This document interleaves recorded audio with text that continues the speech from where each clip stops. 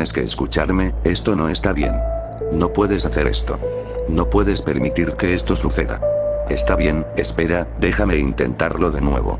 Algo diferente esta vez, más calmado. Explícame lo que está sucediendo. Está bien, mi nombre es Nick. Y a partir de ahora, soy la última persona en la Tierra. Las llamaron cuartos silenciosos. Después de que llegara la ola, las ciudades restantes del mundo se unieron para reunir los recursos que les quedaban en zonas muy defendibles. Las llamaron ciudades centrales, y los más ricos de la sociedad vivían más cerca de ellas y, por lo tanto, podían elegir entre los recursos restantes de la Tierra. Esto, por supuesto, no duró mucho. 10 años de alimentar a la parte sur de los Estados Unidos con solo arroz y patatas hicieron que el sistema de clases llegara a su fin de manera caótica. Después del colapso de la sociedad, hubo una gran devastación y, por un tiempo, parecía que nos íbamos a comer hasta morir o, peor aún, que nos canibalizaríamos unos a otros. Pero luego, bajo un nuevo liderazgo, comenzamos a consolidarnos. Desde la perspectiva de nuestro liderazgo, no todas las bocas valían la comida que iban a comer. Empezó con los que estaban en las cárceles, primero los condenados a muerte, seguidos por los enfermos mentales. Luego vinieron los que cumplían cadena perpetua y, poco después, el simple hecho de cometer un delito que mereciera una pena de prisión prácticamente aseguraba la consolidación. Fue entonces cuando aparecieron las Kid Robs. Nadie sabe cuándo se aprobó la ley ni quién tomó la decisión final, pero de repente, comenzaron a materializarse instalaciones subterráneas en todas las ciudades importantes y en todos los pueblos pequeños. Y después de varios años de construcción silenciosa, comenzaron a surgir pequeños edificios del tamaño de garajes donde quiera que la construcción había terminado. Algunas familias recibieron los papeles de alistamiento. El reclutamiento necesario, lo llamaban. Siempre bromeábamos después y lo llamábamos por lo que realmente era, un mal necesario. Eso fue hasta que llegaron mis papeles y me convertí en uno de los repartidores. Nuestro trabajo era simple, esperar a que llegaran las órdenes, recuperar a alguien identificado para la consolidación programada y llevarlo a una sala tranquila. Resistirse a estas órdenes y a la determinación legal de los tribunales de los mundos restantes era un delito que podía acarrear prisión, lo que en última instancia conducía a la consolidación inmediata. La primera semana fue la peor. Todas las mañanas me ponía el uniforme, enfundaba mis balines reglamentarios y patrullaba los límites de nuestro pequeño pueblo hasta que me relevaban de mi puesto. Los horarios siempre cambiaban, los horarios eran inconsistentes y yo pasaba cada minuto de vigilia preguntándome, rezando y esperando que no me llamaran. Y no fue así, durante mucho tiempo. Mientras tanto, seguía disfrutando del generoso cheque del gobierno que recibía cada mes. Disfrutaba de mi capacidad para comprar alimentos para mi familia o ropa nueva para mi hija sin la preocupación de tener que hacer un presupuesto. Disfrutaba de la paz que me infundía. Y pronto me volví complaciente, incluso confiada, en mi gobierno. Confiaba en que las únicas personas que se llevaban eran las que realmente no merecían quedarse. Habían pasado meses sin hacerme responder a una sola orden de recuperación. Tal vez nunca llegara, imaginaba, y si lo hacía, bueno, tal vez fuera por una buena razón. Y entonces llegó el día en que recibí mi primera llamada. Mi primera orden de recuperación. Fui a una casa que no reconocí y, tal vez estúpidamente, llamé a la puerta. La gente salió de sus casas al verme. No se acercaron, sino que miraron con terror, disgusto y, curiosamente, curiosidad. Nadie sabía qué esperar, ya que ninguno de nosotros había presenciado algo así antes, incluido yo. Y entonces se abrió la puerta y vi mi paquete. Un hombre mayor, de rostro duro, mirada intensa y unos dedos dentados envolviendo el costado de su entrada, estabilizándose para mirarme. Era viejo pero fuerte y parecía listo, dispuesto a atacar. Pero no lo hizo. Simplemente me miró y dijo, bueno, supongo que eso es todo. ¿Me voy? Me tragué el poco coraje que me quedaba y traté de relajar mis cuerdas vocales para decir, con lo que esperaba que fuera una voz decidida, sí. Lamentablemente, creo que debe venir conmigo de inmediato, señor. Tartamudeé hacia el final, todavía sintiendo que se le debía algo de respeto, al menos. Observé su rostro mientras procesaba la información que acababa de poner a sus pies, y luego miré a la gente que nos rodeaba. En ese momento, creo que él y yo nos dimos cuenta de que nadie estaba dispuesto a detener esto. Todos se quedaron de pie y observaron. Sabían lo que yo estaba allí para hacer, que esto era necesario y que los tribunales restantes tenían sus razones. Extendí mi mano y le ordené al hombre que saliera de su casa, y él hizo lo mismo, después de un breve momento de vacilación. No se molestó en mirar hacia atrás e incluso cerrar la puerta, mientras caminábamos lado a lado conmigo, bajando los escalones de su porche. Caminamos en silencio durante un tiempo, entre multitudes de personas, ninguna de ellas haciendo nada para detenerme, o él. Padres corriendo a sus casas con sus hijos, otros dejándolos mirar, señalando mientras les decían a sus hijos cuál podría ser su destino si no se comportaban y se lavaban detrás de las orejas como decía Mandá. Y yo, de una manera extraña, me sentí orgullosa. Orgullosa del ejemplo que estaba dando, horrorizada seguramente, pero aún con la esperanza de que hubiera una razón por la que este hombre no merecía vivir. Y me retorcí en esas emociones durante toda nuestra caminata hacia la habitación silenciosa, hasta que finalmente, llegamos a ese pequeño edificio, justo en las afueras de la ciudad. El anciano se detuvo entonces, ahora el miedo estaba claramente presente en su mente. Me miró desesperado y dijo, casi suplicando, ¿por qué yo? ¿Qué hice? Yo estaba perplejo, supuse que él lo sabría, o al menos tendría alguna idea. Cuando vio que no la entendía, se puso terriblemente triste y dijo, simplemente no lo entiendo. Sé que mis medicamentos son caros, pero siempre los pago. Los necesito para ayudarme a dormir. Las cosas que he hecho por este país, las personas a las que lastimé en otras partes del mundo, todo en nombre de mi hogar, nunca las disfruté. Se quedaron conmigo, incluso cuando todos los demás me dejaron. Entonces, ¿por qué? ¿Por qué yo? ¿Por qué no tú o cualquier otro? ¿Qué hice? Gritó, y la gente comenzó a acercarse para ver mejor. El anciano los estaba irritando, excitándolos mientras comenzaba a perder el control de su compostura. Comenzó a mirarlos mientras hablaba ahora, diciendo, no pueden permitir que esto suceda. Esto no está bien. ¿Quién decide quién se va? Empecé a temblar. Sabía lo que estaba a punto de pasar, sabía lo que me esperaba si no le impedía incitar un motín. Sabía lo que le esperaba a todo el mundo en este pueblo si intentaba luchar contra el sistema establecido, y a mi familia. Dejad de resistiros, o me veré obligado a usar la fuerza, balbuceé. Ante esto, el anciano no retrocedió, sino que dio un paso más cerca antes de que yo gritara. ¿De verdad vas a ser tan egoísta? ¿De verdad no puedes ver lo peligroso que es esto para todos aquí? ¿Qué crees que les pasa a ellos si no te vas, o qué podría pasarme a mí y a mi familia si no te libero? ¿Alguna vez pensaste que tal vez necesitas irte para que el resto de nosotros podamos quedarnos? Y en eso, todos se detuvieron, incluido el anciano. Y cuando vio que los había perdido, miró hacia abajo con una profunda y hueca tristeza, y se volvió de nuevo hacia las puertas de la habitación silenciosa. Caminamos lentamente juntos hacia las puertas, donde él y yo escaneamos nuestras identificaciones, hasta que las puertas se abrieron y revelaron una pequeña cámara completamente vacía, sin ventanas, puertas ni otros elementos distintivos. Un espacio negativo, lleno de oscuridad y paredes y pisos en blanco. El anciano me miró y yo lo miré a él. Ambos estábamos aterrorizados, pero luego comenzó a caminar hacia adelante, casi por su propia sorpresa. Se detuvo en el centro de la pequeña cámara y se limitó a mirarme. No pasó nada mientras nos mirábamos el uno al otro. No se abrió un agujero en el pozo sin fondo de la tierra y el gas no comenzó a inundar la cámara. No pasó nada hasta que, finalmente, comencé a cerrar la puerta. El anciano abrió mucho los ojos, pero no me detuvo. En cambio, se quedó allí, observándome. Cuando cerré la puerta, lo último que recuerdo haber visto fue su único ojo, mirándome en la oscuridad. Un ojo gris cerrado. Y luego se cerraron las puertas. Y me fui a casa. Nada más, nada de pompa y solemnidad. Los cheques siguieron llegando y, con el tiempo, comenzaron a hacerse más grandes, y seguí patrullando. La gente parecía, de repente, tranquila, como si se hubiera quitado un peso de encima. Alguien había sido elegido. Nadie más tenía por qué preocuparse más. Y yo era su héroe.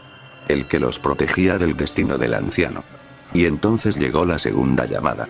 Y fue como la primera vez de nuevo, todos contuvieron la respiración mientras me dirigía a la dirección de mi paquete. Cuando llamé a la puerta esta vez, se escuchó un grito audible desde el interior, mientras una mujer gritaba de sorpresa, y probablemente de terror. Y entonces se abrió la puerta y apareció un hombre de unos 30 años, como yo, con un niño pequeño a su lado. El sonido del llanto de su esposa detrás de él en la sala de estar resonó en la entrada. Me miró de arriba a abajo, como si quisiera preguntarme qué hacía allí. Pero luego dijo, ¿quién? ¿Para quién estás aquí? Y pensé por un momento que nada de lo que recibía dejaba claro que se suponía que debía recoger a una persona u otra, solo la dirección. Lo miré cuando me di cuenta de eso y él se dio cuenta conmigo. Agarró una maleta junto a la puerta y llamó a su esposa, alborotando el cabello de su hijo con una sonrisa en su rostro. Ven conmigo, mi amor, tenemos un viaje que hacer. ¿Preparaste tu bolso como hablamos?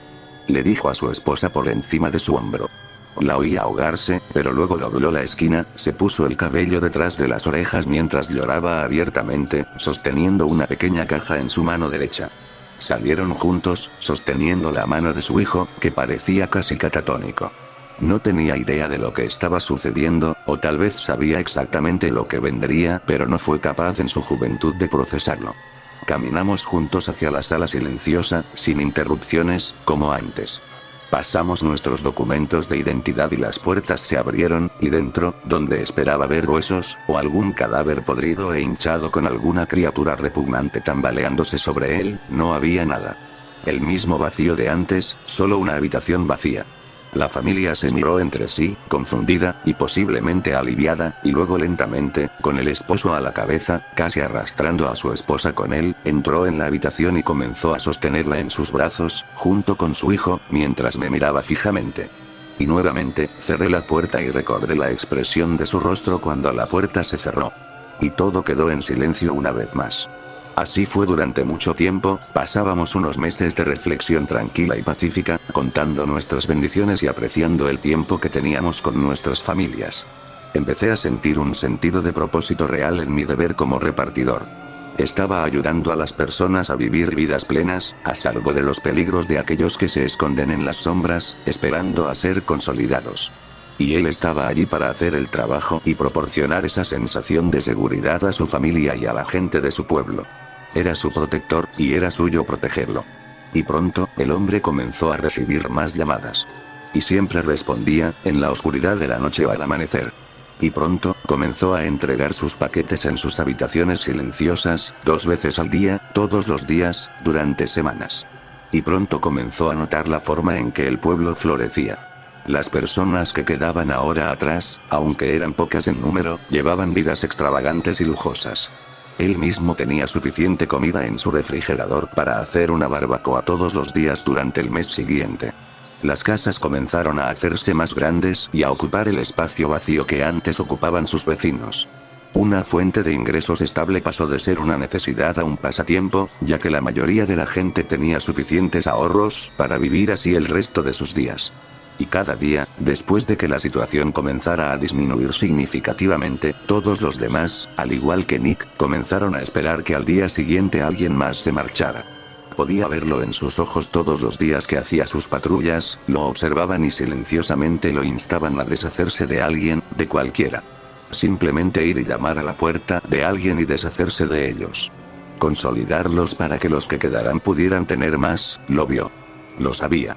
Pero Nick era un hombre de principios, no era un justiciero, que impartía justicia donde le parecía conveniente. Era un hombre de ley y orden, y esperaría sus órdenes. Y pronto, como sabía que sucedería, comenzaron a llegar. Sus vecinos disminuyeron lentamente, a 10, y luego, en una noche, a 7, y un mes después, a 3, hasta que un día, casi sin que el héroe se diera cuenta, él y su vecino fueron los únicos que quedaron. Y sonrió y esperó, sabiendo que un día llegaría la orden, que no necesitaba apresurarse. Pero luego llegó una temporada, y luego la otra, y la orden nunca llegó. Y el héroe esperó, pero aún no llegó ninguna llamada. No se dio ninguna orden y cada día su vecino empezó a mirarlo con odio. El héroe empezó a temer por su vida, por la seguridad de su propiedad y de su familia. Vigilaba a su vecino todas las noches, haciéndole saber que estaba a su vista, que no lo tomarían desprevenido. Pero después de la 4ª noche sin dormir, el héroe se dio cuenta de que tenía que hacer algo tenía que ceder. Hizo la llamada. Fue a la casa de su vecino, tocó la puerta, lo miró a los ojos y le dijo que era su hora de ser entregado. El vecino miró al héroe. Sus ojos estaban llenos de ira, llenos de lágrimas, su rostro se convirtió en una mueca horrible. El héroe lo odiaba, y por eso le exigió que lo acompañara para ser entregado, y el vecino cumplió con las órdenes que le había dado. Caminaron juntos, el vecino hirviendo a la sombra del héroe, hasta que llegaron a la habitación silenciosa, donde el héroe una vez más, abrió las puertas para lo que sería su entrega final. El vecino miró al héroe, miró hacia atrás, hacia la ciudad, y dijo, ¿esto es correcto? El héroe no dijo nada, conocía al vecino, ya sabía la respuesta, y cuando no respondió, el vecino entró. Y el héroe cerró las puertas. Todo estaba tranquilo. Y cada día, el héroe se despertaba y hacía sus patrullas. Su familia, distante y temerosa. Y a pesar de saber que no había nadie más a quien entregar, el héroe siempre esperaba otra llamada. Esperaba que lo enviaran a algún lugar lejano, a alguna otra parte del mundo donde otros necesitaban ser entregados. Sabía que un día, la llamada llegaría, como siempre había sucedido antes. Y tenía razón, pero solo en parte, porque si bien recibió la llamada, la dirección de la familia a la que debía entregar era la suya. Bajó lentamente las escaleras, miró a su esposa a los ojos. Había olvidado su nombre, pero ella lloraba ahora. Lloró cuando se dio cuenta de que estaba de uniforme, con sus bolas en la mano. Y sus hijos estaban sentados a la mesa, llorando también. No se había dado cuenta de lo grandes que se habían vuelto, por cierto, no recordaba que, de hecho, eran dos.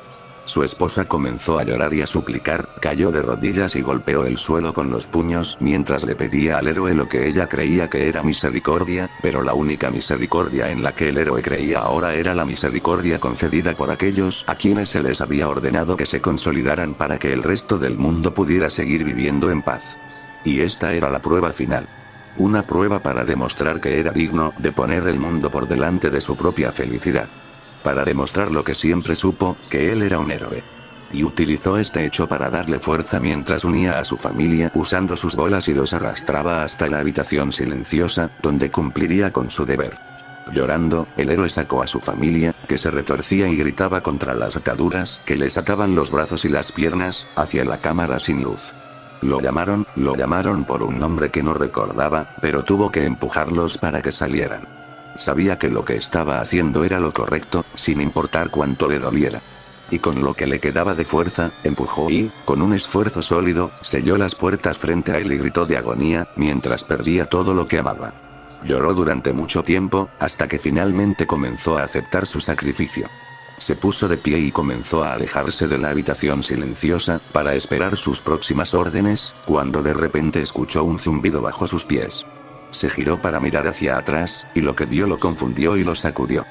Detrás de la habitación silenciosa, el suelo se había abierto y comenzó a revelar un material extraño parecido a la obsidiana, que sobresalía de la tierra rota. La forma era extrañamente uniforme y venía acompañada de un fuerte gemido, mientras el suelo bajo mis pies comenzaba a temblar aún más violentamente. Y luego, lentamente al principio, pero luego rápidamente, la habitación silenciosa comenzó a elevarse. Observé con asombro cómo una estructura comenzaba a revelarse, oculta en las profundidades de la tierra, y se elevaba por encima de mi cabeza, antes de revelar un cristal transparente. Y dentro, no podía creer lo que estaba viendo. En una habitación blanca muy iluminada, podía ver a mi familia. Me miraban con odio en los ojos, igual que las personas que había rescatado. Y estaban de pie en un gran espacio habitable, con una vegetación verde y exuberante que rodeaba cada rincón, como un terrario localizado. Pero no eran solo ellos, también eran otros. Personas que había rescatado, que había enviado para que se consolidaran. Y todos me miraban con odio, y poco a poco, comencé a darme cuenta de que la estructura seguía elevándose, ahora fuera del suelo y en el aire. Miré aterrorizada, mientras comenzaba a comprender que me estaban dejando atrás. Y entonces, lo vi a él, el viejo. Sus ojos grises de acero mirándome. Y monté en cólera.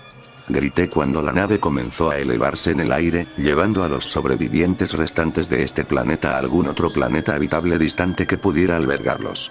No grité mientras observaba en silencio, mientras otras naves comenzaban a elevarse hacia el horizonte, desde pueblos y ciudades a cientos de millas de mí, mientras lo que quedaba de la humanidad huía del mundo moribundo en el que me habían abandonado. Y luego me senté en silencio hasta que ya no hubo más luces visibles desde mi escasa vista del horizonte. Y me quedé quieto, muy quieto. Soy el héroe, salvé el mundo. La vida. El vivir. El disfrutar. El amor. El cariño. El respeto. La ayuda. La felicidad. Son conceptos que, ojalá en algún momento, podría haber experimentado si es que tuviera otra vida. Esos conceptos son realmente vitales para la familia y la vida de sí mismo. Pero eso no quiere decir que sea algo infalible. Puede haber conflictos familiares, pero naturalmente, por causa de ciertos factores o por prominencia del destino, o de uno mismo, ocurren esos conflictos y peleas, y son fáciles de solucionar. Muchas personas ven el lado positivo de las cosas, y siempre buscan dignidad en una pelea, conflicto, aprieto, problema, y hasta incluso, en un trauma. Ojalá pudiera tener un poco de ese concepto llamado dignidad, pero la verdad me resulta muy difícil de conseguir. Ahora es imposible que lo consiga con todo lo que me ha pasado a lo largo de mi vida. Déjame relatarte todos los calvarios que tuve que pasar durante toda mi maldita y mísera vida hasta hoy, para que puedas entender todo el contexto. Bueno, la verdad, mi vida es el calvario en carne y hueso, así que, para mí, eso no es de extrañarme, porque siempre lo ha sido, y lo he comprendido con el pasar del tiempo. El origen de por qué estoy pisando suelo en este mundo comenzó hace 16 años, cuando una señora trabajaba como prostituta en un puticlub que quedaba a unas 10 cuadras de su casa. Un día se juntó con un sujeto que le ofreció un pago para que tuvieran relaciones sexuales. Ella lo aceptó, lo invitó a su casa, y tuvieron sexo. El detalle estaba en que tuvieron sexo sin protección, y en consecuencia quedó embarazada. El perdedor nunca se preocupó por ella cuando estaba embarazada, y muy pocas veces la iba a visitar solamente porque ganaba dinero a costa de vender su cuerpo para el consumo privado de otros, y no por el feto que aquella mujer tenía dentro. También, la mujer era igual que ese sujeto. No le importaba lo que tenía dentro, y consumía toda clase de drogas durante el embarazo. Siguió así durante muchos meses, hasta que, en un fatídico día 25 de mayo, nació ese bebé en el hospital, y los doctores se enteraron felizmente de que era niña. Pero lo que ellos no sabían es que aquel bebé tendría una vida increíblemente miserable en el futuro. Después de que el bebé naciera, lamentablemente, el bastardo y descuidado hombre se desentendió de la mujer y del bebé, y se mudó del lugar, dejando a la mujer sola con su bebé en una casa pequeña, antigua, y de aspecto desolador, como si estuviera casi abandonada. Era la casa en donde esa mujer prostituta vivía. La mujer, desesperada, se fue al puticlub con el bebé en brazos. Dejó al bebé solo, acomodado en una mochila grande como si fuera su cama, e intentando buscar a un hombre para que no solo le pague, sino que también la acompañe para juntos cuidar ese bebé que tuvo con el otro hombre. Aunque no lo crean, lo consiguió. Comenzaron a cuidar al bebé durante 1 año y medio, cuando aquel bebé se convirtió en una pequeña niña que podía caminar, aunque sea con un poco de dificultad. La mujer le pagó al tipo por ayudarla con la bebé, y se fue, dejando nuevamente sola a ella y a su bebé. A pesar del progreso de ese bebé, la madre le daba más importancia a su trabajo que a su hija, y la dejaba sola, sin ningún juguete con que entretenerla, ni siquiera le ponía dibujos animados, y tampoco le daba suficiente afecto y cariño. A partir de los 7 años de edad, esa niña experimentaría la frustración de su madre. La ignoraba como si fuera un pedazo de basura, la alimentaba mal y de forma brusca, cada vez que estaba enojada por algún motivo se desquitaba con su hija, ya sea físicamente, verbalmente, psicológicamente, o las 3 cosas juntas. Cuando la niña tenía 8 años, la madre comenzó a hacer su negocio de prostitución en casa. Su hija tenía que ver cómo su madre tenía relaciones sexuales con otros hombres, pero a la madre le importaba un carajo, lo único que le importaba era su asqueroso y sucio negocio, y no su pobre y traumada hija. Recién a los 11 años, la niña entró al colegio. La madre había fingido que su hija la tuvo que cambiar de colegio porque el otro enseñaba pésimo y el costo de los estudios era considerable, cuando la verdad nunca la llevó al colegio hasta esa edad. La aceptaron como alumna nueva de 6º básico, y la niña no tenía ni la menor idea de lo que pasaba, ya que la madre saltó pre-kinder, kinder, y casi todo el período de los estudios de básica de su hija, porque a ella no le interesaba de nada. La mujer fingía preocupación y cariño por su hija delante de los demás, cuando la verdad la niña era ignorada la mayoría del tiempo por su madre debido a su negocio, era maltratada, y era utilizada como saco de boxeo. Esa fue la primera vez que la niña entró al colegio a la edad de 11 años. No solo tuvo que soportar la burla, el bullying, el acoso, el hostigamiento, los insultos, las amenazas, y los vejámenes que le hacían sus compañeros, sino que además a la niña le iba sumamente mal en todos los ramos, debido a que, como ya saben, la niña no hizo el período desde prekinder hasta 5º básico por culpa de su maldita madre. Para colmo, los profesores utilizaban sus bajas notas para humillarla enfrente de todos sus compañeros de clase, y llamaban a su madre por su bajo rendimiento que tenía en los ramos. La madre simulaba preocupación cuando llegaba al colegio a buscar a su hija, pero llegando a casa, la madre la tiraba al suelo, la insultaba y menospreciaba mucho, la golpeaba como si fuera un saco de arena, y no le dejaba alimento durante todo el día, mientras que ella continuaba con su pútrido negocio. La niña lloraba en silencio, y lo único que ella quería era desaparecer de este mundo. Pasó el tiempo, y ahora la niña era una preadolescente de 13 años de edad. Fue la primera vez que ella tuvo acceso a internet. Tenía acceso a internet una jovencita sola, ignorada, maltratada, basureada, tonta, depresiva, trastornada, enferma, y con tendencias al suicidio y a la locura. ¿Qué más se podía agregar? En ese momento la niña cursaba 8º básico. La madre consiguió un nuevo novio, el cual era un sujeto de 38 años de edad, y este era un tipo que a la niña no le agradaba. Siempre la veía como una mujer, y no como su hijastra. Un día, en el colegio donde inútilmente estudiaba ella, hicieron una convivencia por el Día del Niño. En ese día, la niña estaba tranquilamente comiendo snacks y tomando jugo, cuando un grupo de chicos y chicas la rodearon, y uno de los chicos le pidió que se uniera a ellos para hacer travesuras de chicos para divertirse un rato, y la niña, entusiasmada, dijo que sí y se unió. Lo que no sabía ella era que la estaban manipulando. Luego de aceptar la propuesta del chico, agarraron a la chica de las manos y se fueron a un solitario rincón de la escuela en donde nadie veía y nadie daba importancia. Ya estando en ese lugar, la chica preguntó qué era lo que haría junto a ellos, y los chicos no dijeron nada, y solo empezaron a golpear a la pobre chica hasta dejarla inconsciente.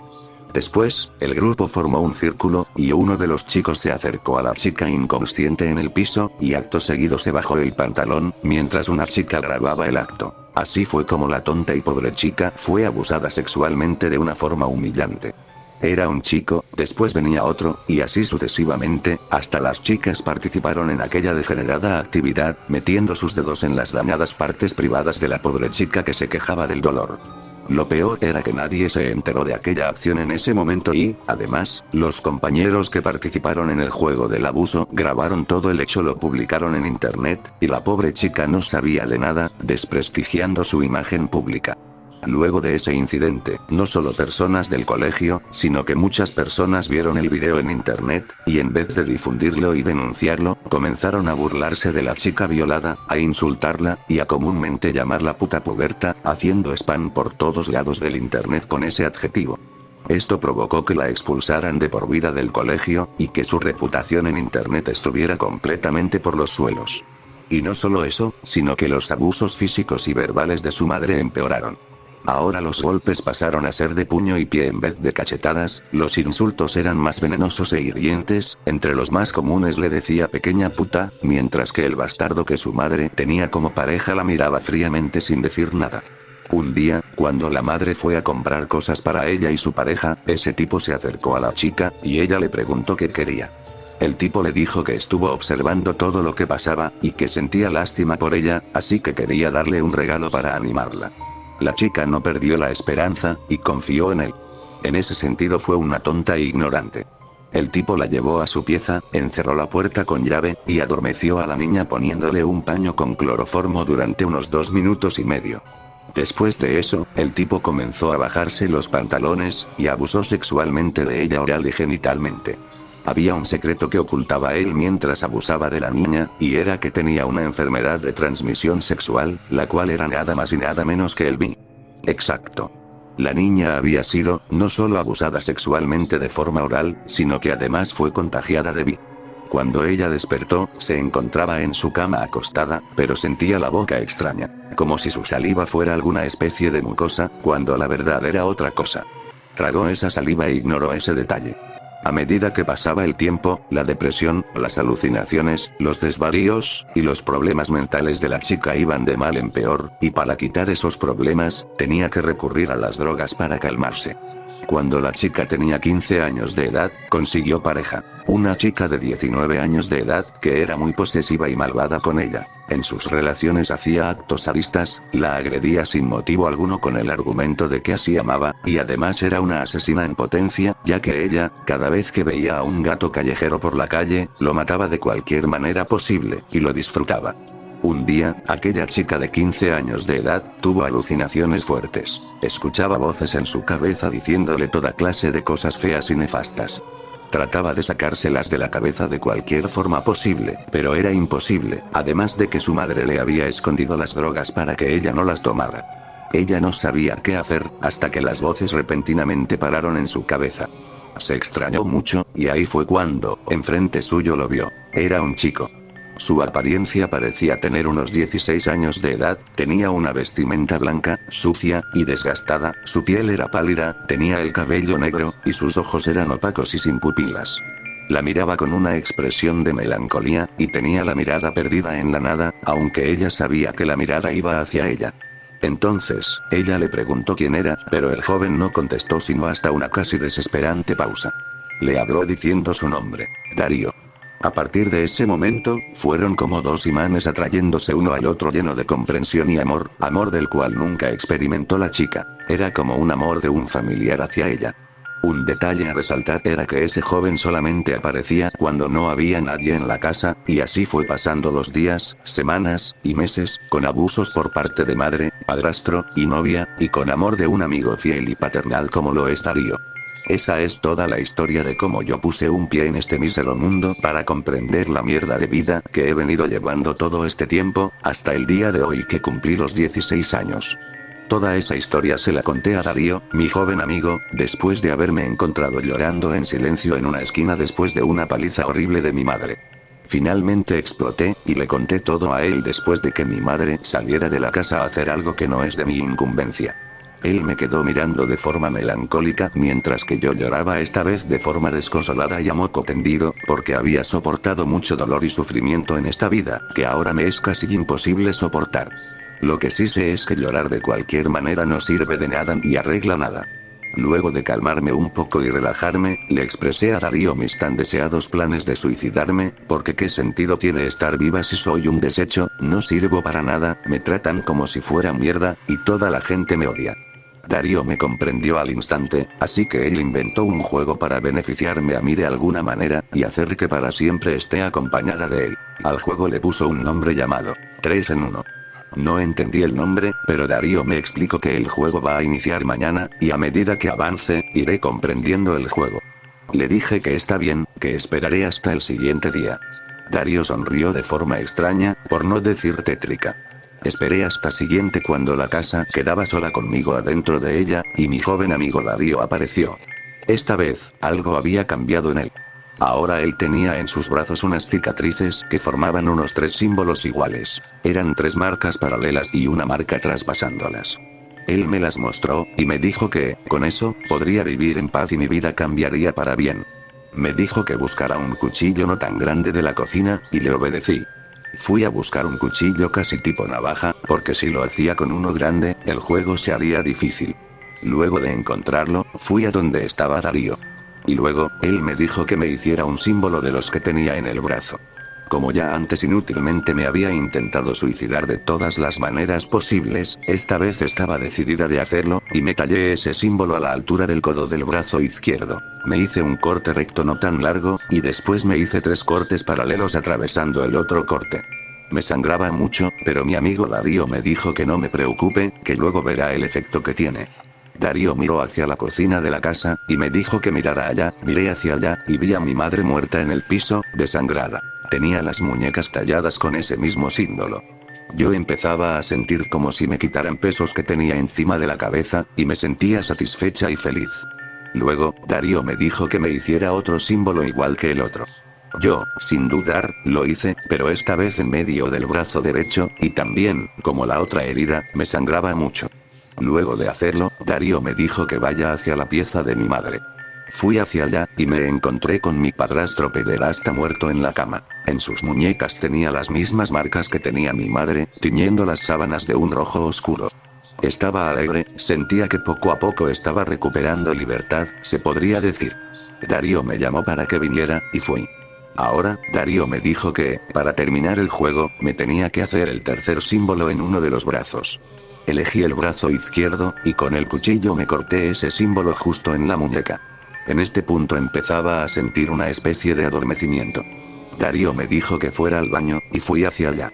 Cuando llegué al baño, encontré a mi sádica novia muerta en la bañera. También tenía las mismas marcas en la muñeca, y la tina estaba hasta menos de la mitad llenada con sangre de mi novia. Luego de ver todo eso, sentí libertad, placer, y mucha felicidad, al saber que me he quitado todos los problemas que tenía, pero me estaba dando un adormecimiento, como si en cualquier momento fuera a caer inconsciente. Entonces fui hacia donde estaba Darío, él me abrazó, y me acomodó entre sus piernas, y me dijo que me relajara y esperara. No sentía dolor alguno, lo único que yo sentía era cansancio y algo así como sueño. Fue en ese momento, con Darío acariciándome la cabeza, que me dormí. Más tarde, desperté en mi cama con Darío al lado. Me sorprendí al ver a Darío, ya que ahora era un chico normal, bello, atractivo, y muy hermoso, y no era como el de antes, sucio, pálido, y con ojos vacíos y sin pupilas. Me impresioné al verlo, pero lo que noté fue que las marcas que tenía en las muñecas seguían ahí. Algo que yo noté en mí es que ya no sentía que tenía depresión ni padecía de trastornos mentales y emocionales, y todos esos problemas que yo tenía cuando convivía con la bestia de mi madre, el degenerado de su esposo, y la sádica de mi novia. Ya no necesitaba nada, estaba como nueva y sana. Me levanté de la cama, y fui con Darío hasta la entrada de mi casa.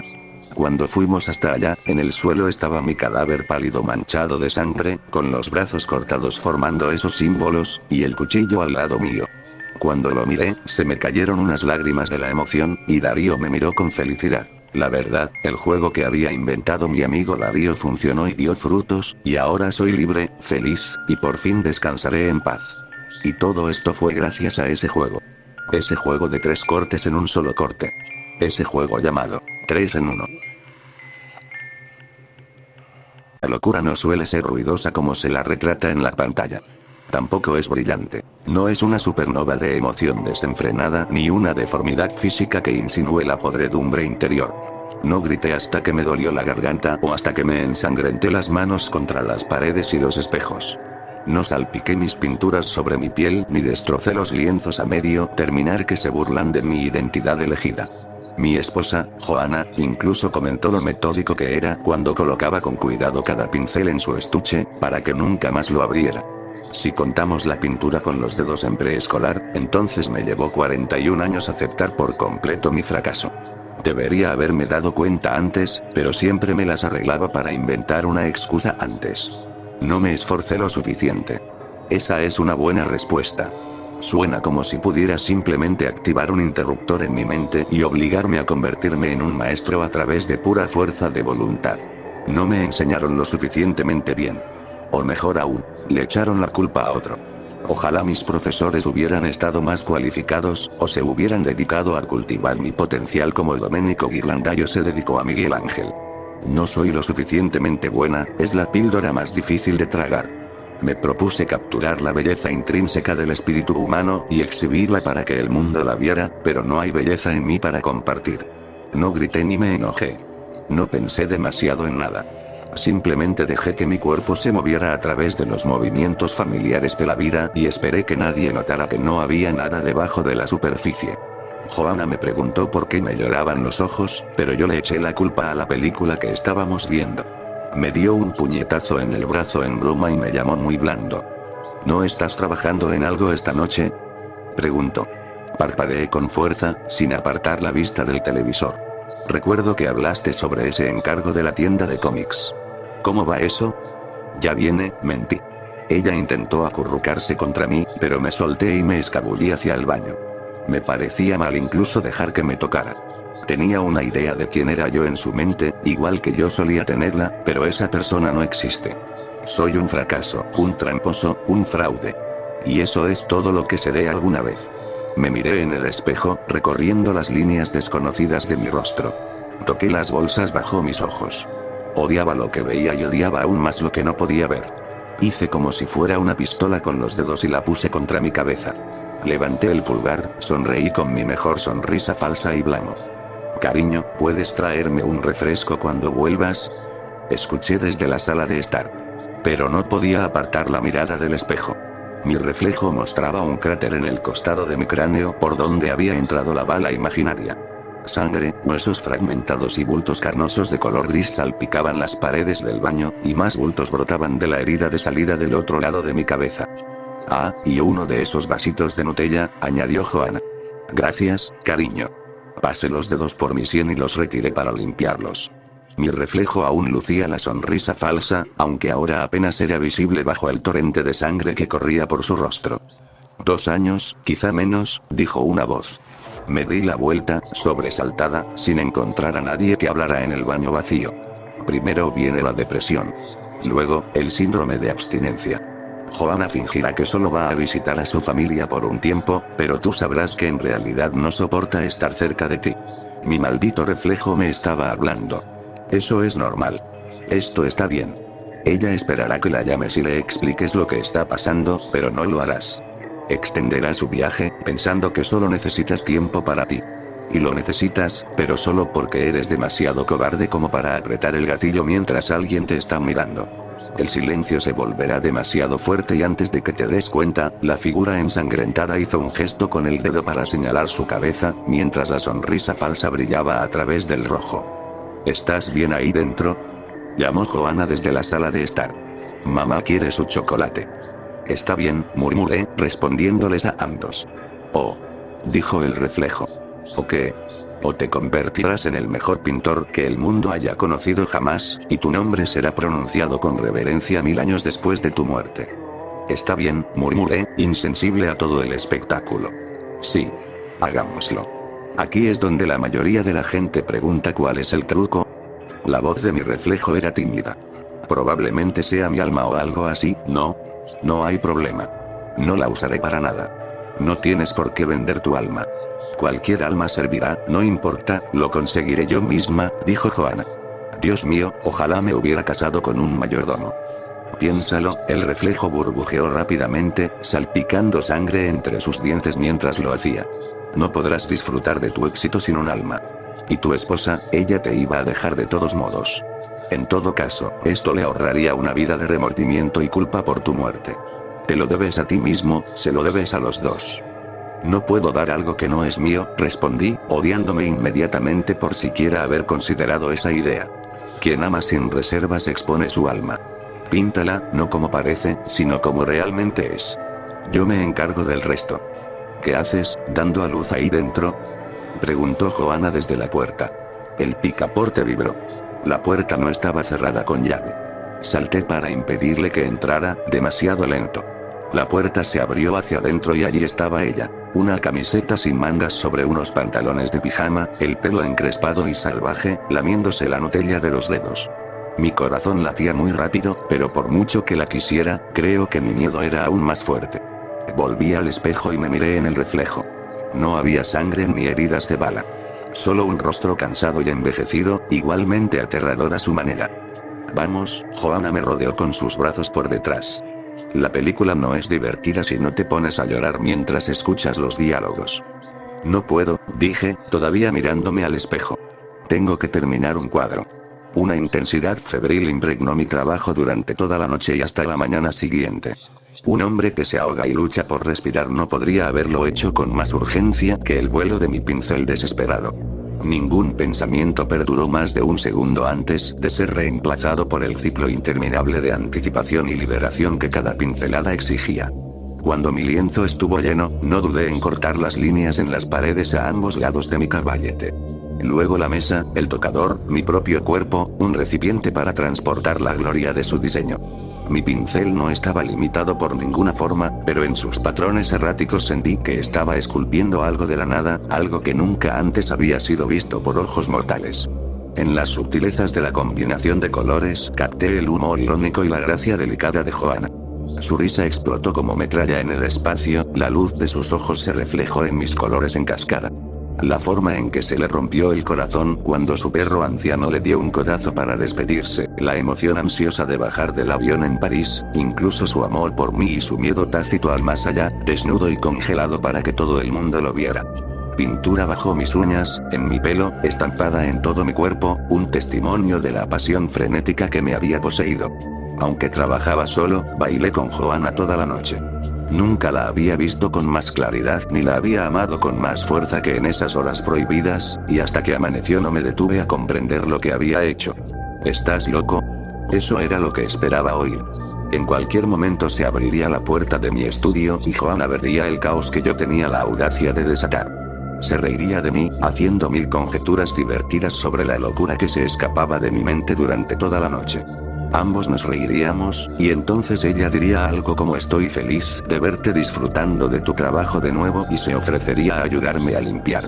Así de amable era. Cuando yo hacía algo estúpido ella estaba allí para ayudarme a arreglarlo, sin acusaciones ni culpas.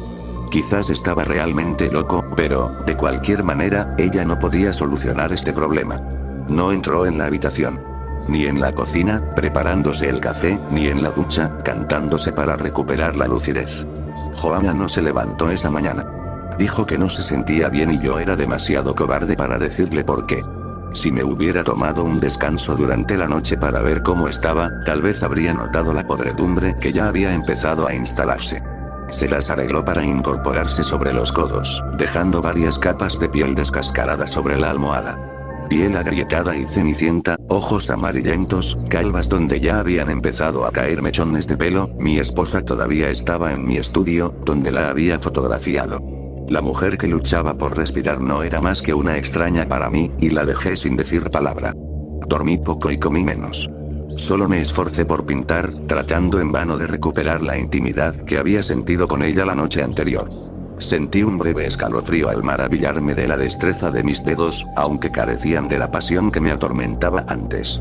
Podía trazar todas las imágenes mentales que me atrevía a evocar y plasmarlas impecablemente en el lienzo, pero eran cosas muertas que estaban siendo talladas en un mundo muerto.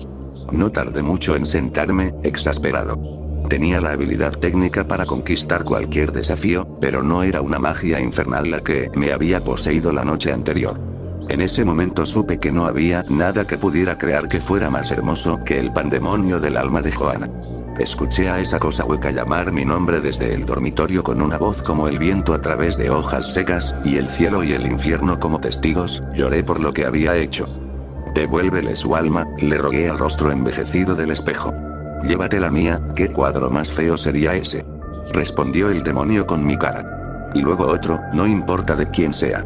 Te daré tantos como quieras. ¿Otra persona te ama como ella te amó? ¿Se ha expuesto como ella lo ha hecho? No tenía respuesta que dar. Cobarde como era, simplemente volví a mi pintura. Formas huecas y sin vida marchaban a través de mi obra, cada una acompañada por la banda sonora del cuerpo de mi esposa deteriorándose lentamente sin su alma. Cada vez que la miraba, faltaba otra pieza. Dedos descomponiéndose y ensuciando el colchón a su alrededor, mejillas tan desgastadas que podía ver sus dientes ennegrecidos y su lengua lánguida incluso cuando tenía la boca cerrada. La escuchaba gemir mientras trabajaba, siempre mirando de reojo con anhelo el retrato de su alma esparcido por la habitación. No pude soportarlo más. Prendí fuego a ese lugar con ella dentro. Y al ver el humo subir en espiral hacia el cielo nocturno, lo único que me quedó fue esperar que su alma escapara de su prisión y ahora esté volando hacia algún lugar con su dignidad recuperada. En cuanto a mí, volví a mi trabajo. Hasta el día en que pinte algo tan maravilloso que engañe a algún pobre inocente para que me ame. Entonces pintaré lo que vea y lo venderé hasta que Joanna vuelva a casa.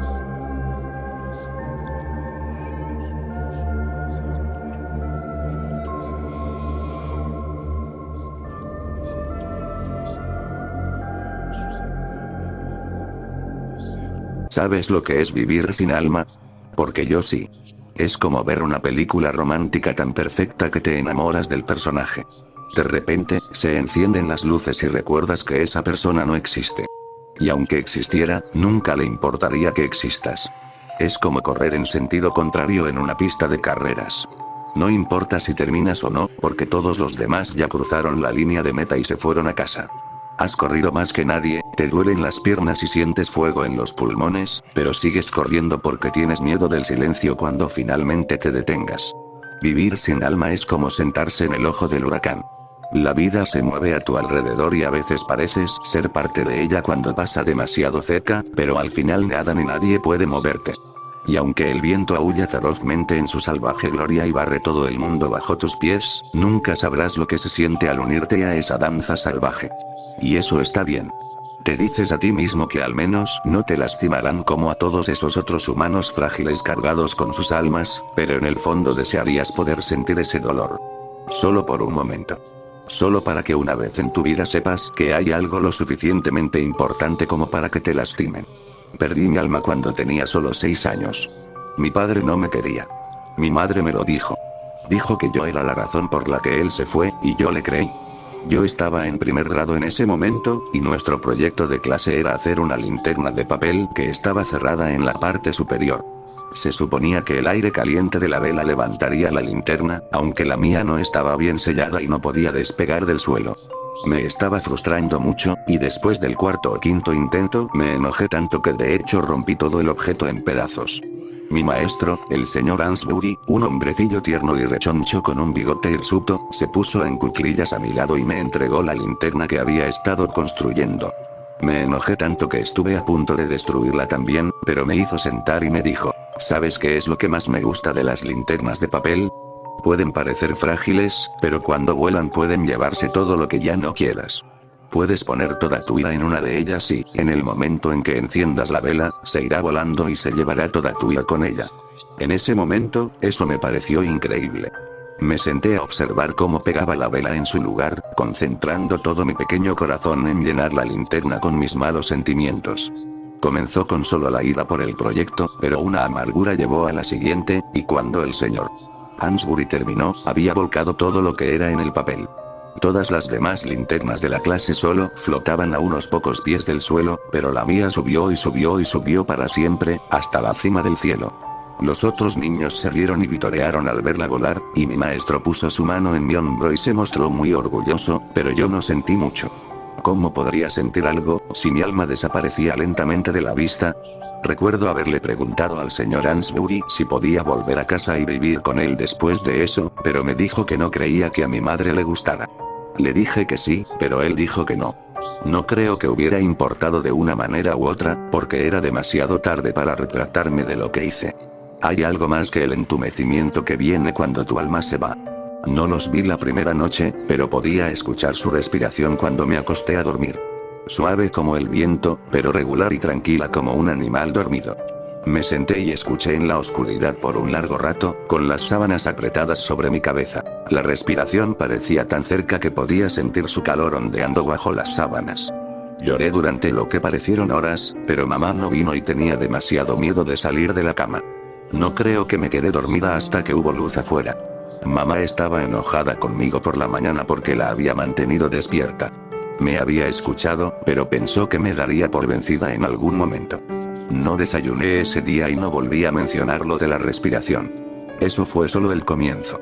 Creo que un alma hace más que ayudarte a apreciar las cosas que te rodean. También te protege de notar las cosas que no deberías ver. Y cuando desapareció, estaban en todas partes. Ojos pequeños y brillantes que brillaban debajo del sofá, un destello oscuro en el rabillo del ojo, hurgando en los cajones y golpes a altas horas de la noche en puertas y ventanas. Nunca pude verlas bien, pero siempre me estaban observando. Me despertaba en mitad de la noche y sentía su peso por todo el cuerpo, sujetándome. Piel áspera contra mí, dedos sucios clavándose en mi nariz y boca. Peor aún, su tacto penetraba en mi mente, insertando pensamientos tan viles que sabía que no podían ser míos, aunque cuanto más tiempo estaban en mi cabeza, más difícil era estar segura de eso. ¿Quería introducirme una aguja en el ojo para ver hasta dónde llegaba? Probablemente no. Entonces, ¿por qué no podía dejar de pensar en ello? ¿Me estaban haciendo pensar en golpear a mis compañeros de clase hasta dejarlos hechos papilla? ¿O en prender fuego a las casas de la gente para verla llorar en la acera? ¿O todo eso era culpa mía? Las primeras noches me quedé despierta y lloré, pero pronto aprendí a tener más miedo de mi madre que de las criaturas. Por mucho que odiara las sombras, después de todo nunca me golpeaban. No lo llamaría vivir, pero seguí existiendo así durante años. Durante el día me mantenía sola, agotada y entumecida. Todos los colores parecían apagados, excepto los ojos brillantes que me seguían desde grietas improbables, todos los sonidos amortiguados, excepto sus raspaduras y respiraciones. Los únicos momentos en los que realmente podía sentir era cuando estaba despierta en la oscuridad, pero esos eran los momentos en los que deseaba sentir menos. Ni los gritos ni el silencio me brindaban ningún consuelo ante las intrusivas indagaciones, y mi mente estaba inundada de imágenes persistentes de violencia, autodestrucción y desesperación. Con el tiempo, descubrí un truco que me ayudaba a superar las noches insufribles. Me convencí de que mi cuerpo no me pertenecía y de que nada de lo que sentía podía hacerme daño. Mi verdadero yo estaba volando a salvo en algún lugar, en lo alto del cielo, dentro de una linterna de papel. Y no importaba lo que le sucediera a mi carne, no importaba lo que mi carne le hiciera a alguien más, eso no tenía nada que ver conmigo. Mantuve todo bajo la superficie lo mejor que pude hasta que tuve 14 años. Para entonces, había perdido toda capacidad de distinguir el origen de mis pensamientos. Todo lo que sabía era que quería lastimar a alguien, lastimarlo con tanta fuerza como quería que me lastimaran a cambio. Me peleaba en la escuela. Empujé a mis compañeros de clase y ellos se mantenían alejados de mí. Una vez le clavé un lápiz en la mano a alguien cuando no me estaba mirando, frotándolo de un lado a otro para asegurarme de que la punta se rompiera dentro de la piel. Oí a las criaturas reírse por lo bajo, pero era una risa desdeñosa. Cuando me llamaron a la oficina del director después, me sorprendió ver al señor Ansbury allí también. El director estaba furioso, sermoneándome y dando pisotones como la Inquisición española. El señor Ansbury no dijo mucho. Solo parecía cansado y triste. No habló hasta que el director me despidió, momento en el que puso su mano sobre mi hombro y se inclinó muy cerca para preguntarme, ¿lo has buscado? No tenía la menor idea de lo que quería decir. Le lancé una mirada que hasta una estatua de mármol encontraría fría. Tu linterna. ¿Alguna vez intentaste recuperarla? Le dije que se fuera a la mierda. Lamento haberte dicho que lo enviaras lejos, añadió, agarrándome del hombro para impedirme que me fuera. Pensé que sería más fácil que enfrentarlo, pero me equivoqué. La gente no puede esconderse de sí misma de esa manera. El lápiz era bueno, pero no era suficiente. Mis pensamientos coincidían con el tono sardónico de la risa, burlándose de mí por mi lamentable intento. Mientras las criaturas se arrastraban sobre mí por la noche y sus intenciones se mezclaban con las mías, decidí llevar un cuchillo la próxima vez. También consideré un arma, pero decidí que no era lo suficientemente personal. Prefería mirar a los ojos de una persona cuando la hoja se deslizara en ellos que disparar a una docena de figuras que se escabullían desde la distancia. ¿Y qué me pasó después? No importaba, porque mi verdadero yo estaba flotando a salvo en la brisa a 1000 millas de distancia. Esta vez no iba a ser en la escuela. Quería tomarme mi tiempo y que nadie me interrumpiera. En lugar de eso, salí a medianoche, con el sabor de esos dedos sucios todavía fresco en mi boca. No me importaba quién fuera mi víctima, siempre y cuando pudiera sentir lo que le estaba haciendo. Mi vecindario era tranquilo por la noche y no había muchas opciones, así que decidí dirigirme a la gasolinera abierta las 24 horas que había en la esquina. Con el cuchillo de cocina agarrado entre mis dedos, el aire frío llenando mis pulmones, provocando risas y aplausos de las criaturas que me rodeaban en la oscuridad, casi me sentí viva allí por un segundo. Igual que con el lápiz, pero esto sabría mejor. Sosteniendo el cuchillo, me sentí como una virgen en la noche del baile de graduación con mi amor platónico, bajando lentamente la cremallera de mis pantalones. Ya no estaba en el ojo de la tormenta, yo era la tormenta, y esta noche sería la noche. Vi una linterna de papel flotando en el aire, a unos pocos pies del suelo. La carcasa estaba tan sucia y manchada que apenas podía ver la luz en el interior. Era imposible que esa frágil cosa hubiera sobrevivido todos estos años, más imposible aún que la única vela hubiera estado encendida todo este tiempo, pero sabía sin duda que era mi luz por la forma en que aullaban las criaturas. La odiaban con pasión y la habrían hecho trizas si yo no hubiera llegado antes. Arranqué la linterna del aire y la guié suavemente hacia el suelo, las pantallas chirriaron mientras giraban a mi alrededor, animales salvajes acobardados por la llama milagrosa. Sosteniendo la linterna cerca, encontré la nota que estaba adjunta. Encontré esto en el bosque. Me llevó un par de días encontrarlo. Señor me desplomé en la acera, temblando por todo el tiempo que había pasado lejos de mí misma, lloriqueando y sollozando como una idiota hasta que la llama se apagó entre mis lágrimas. Las criaturas aulladoras alcanzaron un tono febril y luego silencio, y todas se elevaron juntas hacia el cielo con las últimas volutas de humo de la linterna. Me dolió como nada que hubiera sentido en años, pero era un dolor purificador. No me escondí de él. No lo envié lejos. No lo ahogué con distracciones ni luché contra su dominio sobre mí. No llegaré tan lejos como para decir que el dolor es algo bueno, pero es innegablemente algo real, y prefiero sufrir que enviarlo lejos para que viva con el agujero que deja atrás. Cuando cometiste el peor error de tu vida, ¿lo supiste en ese momento? ¿O no lo supiste hasta más tarde? No creo que mi esposa pudiera haber sabido lo que sucedería cuando contrató payasos para la fiesta de cumpleaños de mi hija, pero eso no hace que sea más fácil de soportar. ¿Alguna vez has visto a un payaso fruncir el ceño? Sonríe con su gran sonrisa descuidada, mientras el maquillaje se le corre por la cara. Todos los niños gritan no. No, nunca he visto a un payaso caer, canta, mientras sus zapatos largos y flexibles golpean tristemente mientras camina con paso lento. ¿Por qué tengo mi corona de payaso? Se tira del pelo afro rojo y encrespado, haciendo una mueca de dolor. Todos los niños se ríen. Es porque está en la feria. Aprieta un claxon, que apenas se oye por encima de los gritos de los niños. Los dos payasos se tomaron del brazo y saltaron uno alrededor del otro en un vals maniático que no habría desentonado en un caldero burbujeante en el bosque. Lo siento, pero ¿quiénes carajos son estos tipos? Pregunté. SHHH, tienen muy buenas críticas, mi esposa me dio un codazo en las costillas. Mira a Emily, nunca la había visto reír tanto. ¿Estás seguro de que no está llorando? Yo también lloraría si esas cosas vinieran pisando fuerte por aquí. Bien, ¿y ahora qué están haciendo con ella?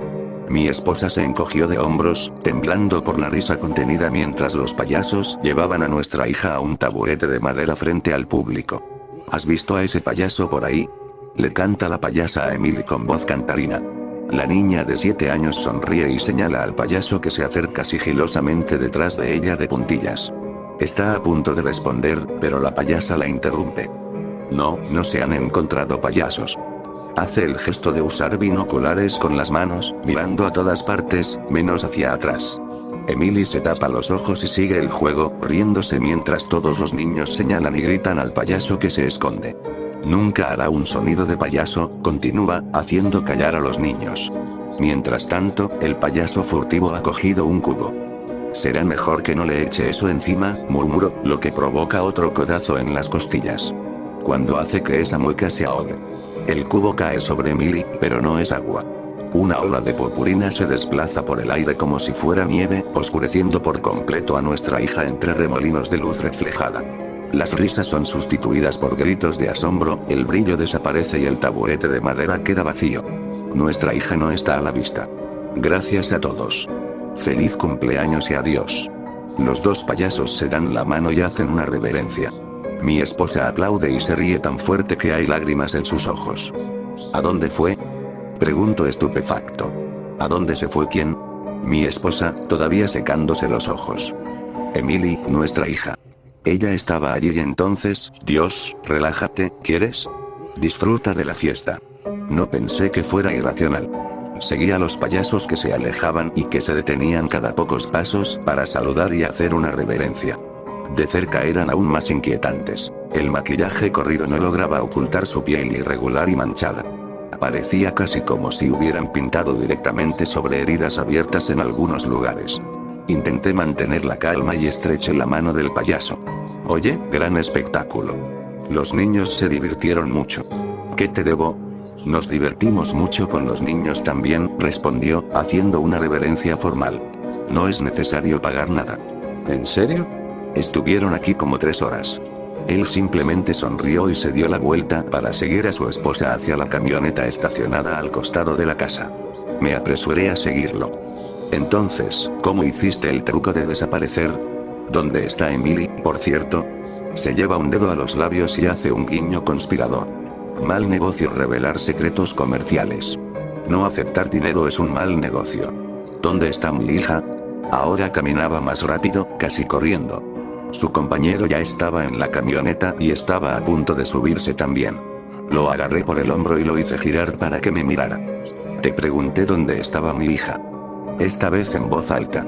Ya no podía ser más educada. Estos tipos me asustaban y estaba lista para acabar con ellos. ¿Sigues molestando a esos pobres payasos? Vuelve a la fiesta. Gritó mi esposa desde atrás.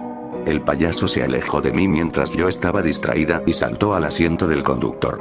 La manija de la puerta estaba bloqueada. Golpeé la ventana.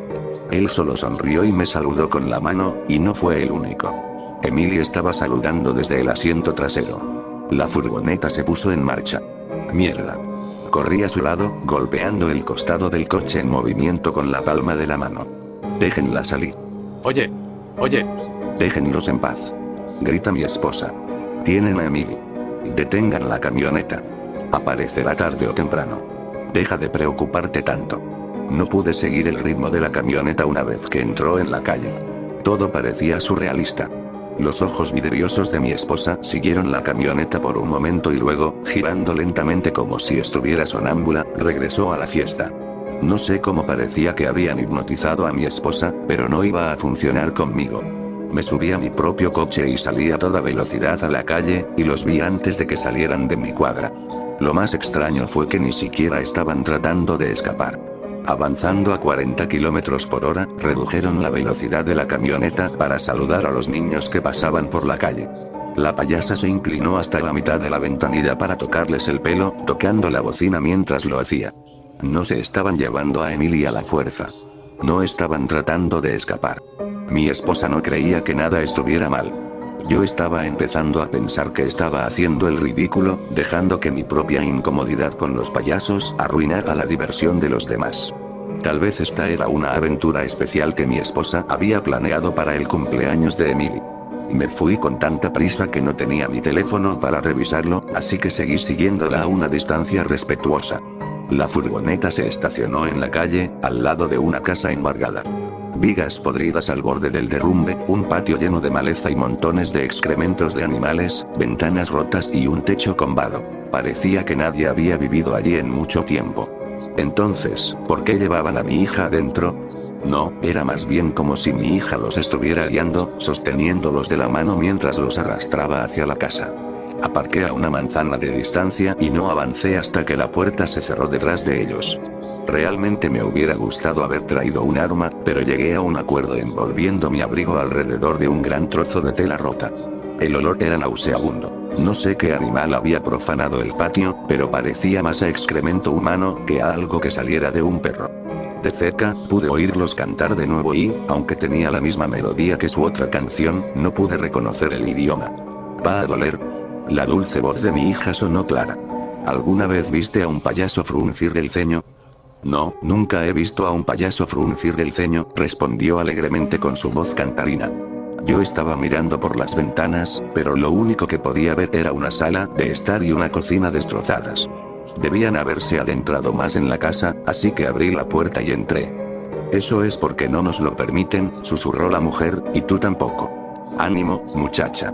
Así es, sigue sonriendo. Nada puede hacerte daño mientras sigas sonriendo. El grito agudo y penetrante me entumeció los tímpanos.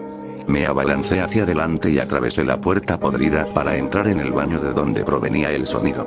Mi hija estaba suspendida en el aire, con las muñecas atadas a la barra de la cortina de la ducha. La payasa estaba de pie en la ducha detrás de ella, sosteniéndola, mientras el payaso levantaba una cuchilla que parecía estar tallada en hueso afilado. No bajé la velocidad hasta que mi trozo de vidrio dentado encontró la resistencia terminal de su columna vertebral. Emily gritaba más fuerte que nunca, agitándose contra sus ataduras. La payasa tenía ahora su propio cuchillo y gritaba algo en el idioma extraño. Empecé a trepar por encima del cuerpo desplomado del que había apuñalado, pero de alguna manera se estaba moviendo de nuevo, tambaleándose de un lado a otro para bloquear mi camino. Cada movimiento incremental se sincronizaba perfectamente con el cántico insondable, casi como si las palabras lo movieran en una danza rítmica y grotesca. El grito de Emily alcanzó su punto más alto antes de cortarse de repente, reemplazado solo por un gorgoteo húmedo y sibilante. Saqué el vaso de la espalda del payaso con mis propias manos, clavándolo profundamente en su garganta, conmocionada y horrorizada mientras él continuaba bailando al ritmo de las palabras. Una y otra vez, apuñalando y empujando, solo para ser empujado hacia atrás una vez más, la horrible canción subió de tono a un tono frenético mientras los últimos gemidos de mi hija se apagaban en un silencio agonizante. Cuando pasé junto al payaso, parecía que acababa de perder 9 asaltos consecutivos contra un carnicero. La carne hecha jirones colgaba en pliegues sueltos alrededor de su cuerpo que aún bailaba. Tenía las manos enrojecidas por haber agarrado el vaso, pero no dejé que eso me impidiera clavárselo en el pecho al payaso que quedaba. Ella dejó de cantar de repente y el cuerpo de su pareja se desplomó en el suelo en el mismo instante, como si 2 muñecos hubieran sido cortados por el mismo hilo. Todavía estaba sonriendo cuando la luz se le escapó de los ojos y la risa que brotó de su boca fue incluso peor que el canto. No dejó de reír, sin importar cuántas veces le clavé el cuchillo de hueso en el cadáver sin vida. Aún más difícil de soportar fue la risa de Emily, que se unió al unísono, sonando clara e inocente a pesar de que su garganta había sido cortada limpiamente. La solté de la barra y la acerqué a mí, pero era demasiado tarde. Su corazón estaba inmóvil. No respiraba. No se movía, excepto por la risa tonta que seguía destrozando su cuerpo cada vez más rígido. Había estado sonriendo cuando murió, y ni siquiera la muerte pudo robarle eso. No pude volver a casa después de eso. Incluso si mi esposa hipnotizada creyera lo que pasó, no podría abrazarla y decirle que todo estaría bien cuando sabía que nada volvería a ser lo mismo. No iba a volver a casa sin Emily. No tenía un hogar sin Emily, pero tal vez aún pudiera traerla de vuelta. No lloraba mientras limpiaba el cuchillo de hueso, maravillándome de su filo afilado. Era más bien una sonrisa sombría mientras me aplicaba el espeso maquillaje de la camioneta. Incluso me reí mientras me ponía los zapatos grandes y de goma. Porque, fueran lo que fueran, estos payasos habían aprendido el poder que puede proporcionar el sacrificio de un niño. Y si todo lo que hacía falta eran unos cuantos sacrificios para que mi hija también volviera a bailar. Bueno, eso fue algo que realmente me hizo sonreír. Puerto VGA para conectar un monitor externo y un puerto USB. ¿Cuánto tiempo podría este portátil posiblemente haber funcionado sin un puerto de carga para la batería? Debe haber sido un portátil de gama muy baja donde se tenía que retirar la batería y ponerla en su propio muelle de carga. ¿Por qué tiene una cámara web, sin embargo? Con curiosidad por saber lo que había en la computadora portátil, la llevé a mi sótano, donde se almacenaba actualmente mi viejo computador. He quitado el viejo monitor CRT-LG desde el computador y lo conecté a la computadora portátil. Fui a empujar el botón de encendido cuando me detuve. No hay manera de que esto vaya a funcionar, la batería tiene que estar muerta. Busqué alrededor del sótano hasta encontrar mi probador de voltaje de batería e inmediatamente retiré la batería de la computadora portátil y comprobé el voltaje. Y como era lógico, no tenía carga. Así que quité la pantalla de la computadora portátil, la puse de nuevo en el computador y simplemente lo dejé todo en la planta baja. Después de dejar el sótano fui a ver la televisión durante 3 horas o así antes de ir a la cama. De repente me desperté de mi sueño profundo por el sonido del Windows 2000 arrancando, y caí de la cama. Era tan ensordecedor que parecía que alguien sostenía un par de altavoces junto a mis oídos. Me puse de pie algo aturdido, y me tomó un par de minutos para averiguar cuál era el sonido. El computador de escritorio. Debo haber tocado accidentalmente el interruptor al intentar cambiar los monitores. Me dirigí al sótano, pero recordé que no había manera de mi equipo podría haberse puesto en marcha, porque tengo Windows 95 instalado en mi computador. Me resistía a bajar las escaleras después de eso, pero mi sentido común pensó que tal vez solo estoy confundido. Cuando bajé, me sorprendió ver que mi computador no estaba. De hecho, me acordé de que ni siquiera estaba enchufado. Tenía que asegurarme. Comprobé detrás de la torre, todo lo demás estaba enchufado a excepción de la energía. No había absolutamente ninguna posibilidad de que la computadora portátil se hubiese encendido, era imposible. Quité la batería del ordenador portátil de nuevo y recomprobé el voltaje. Esta vez, no pude conseguir un número directo. El comprobador de tensión se estaba volviendo loco. Volví a insertar la batería y apreté el botón de encendido de la computadora portátil. Algunos indicadores luminosos brillaban, es decir, el equipo definitivamente arrancó. Necesitaba ver lo que estaba pasando aquí. He conectado el monitor CRT de nuevo en la computadora portátil. Y lo que vi, era un escritorio desnudo con 3 iconos en la esquina. La barra de tareas estaba vacía y no había botón del menú inicio. El fondo de pantalla era negro. ¿Por qué alguien haría esto a su escritorio? Cualquiera podría eliminar todos los iconos, pero tenían que ser hackers muy cualificados para quitar el botón del menú inicio. De los 3 iconos, uno era una carpeta de juegos, uno era una carpeta de vídeos, y el último fue el programa del símbolo del sistema 2. Tal vez esto era una portátil para niños. Al hacer clic en la carpeta juegos confirmaron mis sospechas. Una niña debe haber poseído este portátil. Me sentí un poco de remordimiento por la pobre chica porque solo había un juego en la carpeta. El nombre del programa fue Princess X. He hecho clic en él para ver lo que era. Una pantalla de título totalmente animada se acercó, con varias princesas de cuentos de hadas genéricas dando vueltas por la pantalla, y luego el logo voló con un montón de palomas brillantes. El juego se llamaba Princess Creator. En el menú que apareció me dieron la opción de vestir o ver fotos bonitas. Quería ver cómo era la chica, así que hice clic en la segunda opción. Tenía que haber sido una niña de no más de 5, ella era de origen mexicano o español. Llevaba un vestido blanco un poco andrajoso con pequeños adornos de color rojo alrededor de las mangas y el cuello. Tenía pequeñas rosas en él.